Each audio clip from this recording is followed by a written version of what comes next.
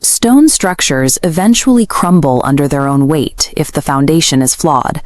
We see this in the repetitive failure of strict rules and legislation to fix toxic behavior.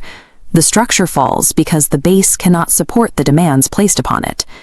The Epistle to Ephesians offers a different solution.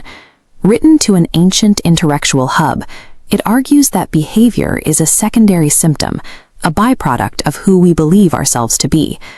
Paul describes the default human condition as dead in trespasses and sins. In this state, people are governed by immediate impulses and the lusts of our flesh. From this perspective, discipline is useless. You cannot resuscitate a corpse with a better rulebook. The issue is a profound lack of life. This state of spiritual death manifests as a violent fracture in human relationships. In the ancient world, this middle wall of partition separated Jews and Gentiles into irreconcilable factions.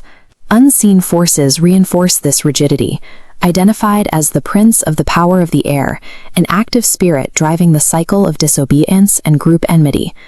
The resulting world is one of double alienation. People are severed from God and each other, leaving entire groups without hope and strangers to the covenants of promise.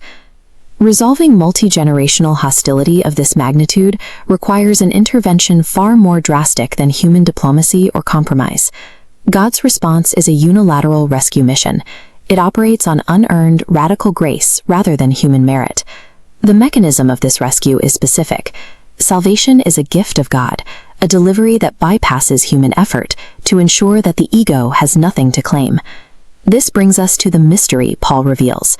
Christ's sacrifice functions as a tool to shatter the middle wall of partition. By dissolving these barriers, making of twain one new man, the old warring identities are replaced by a single shared entity. This unification mirrors the broader plan introduced in the opening chapter, the gathering of all things in heaven and earth into one cohesive whole under Christ. True societal reconciliation occurs when old identities are set aside to embrace a new, shared nature. After 3 chapters of cosmic theology, the narrative reaches a massive therefore. This is the hinge connecting spiritual reality to the reality of daily life. The imperative is clear. Because your identity has been rewritten by grace, your behavior must now align with that new status.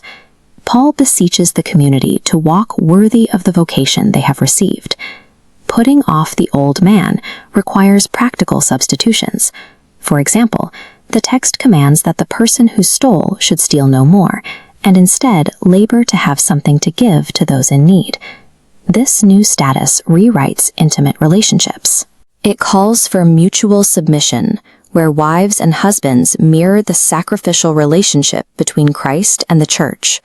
These ethical commands are not the currency used to buy salvation. They are the duty and the good works of a community that has already been saved. Living out this unified identity in a broken world will provoke systemic resistance. Paul defines the enemy precisely. He warns that the true conflict is never against other people, never against flesh and blood. The struggle is against spiritual wickedness and rulers of darkness.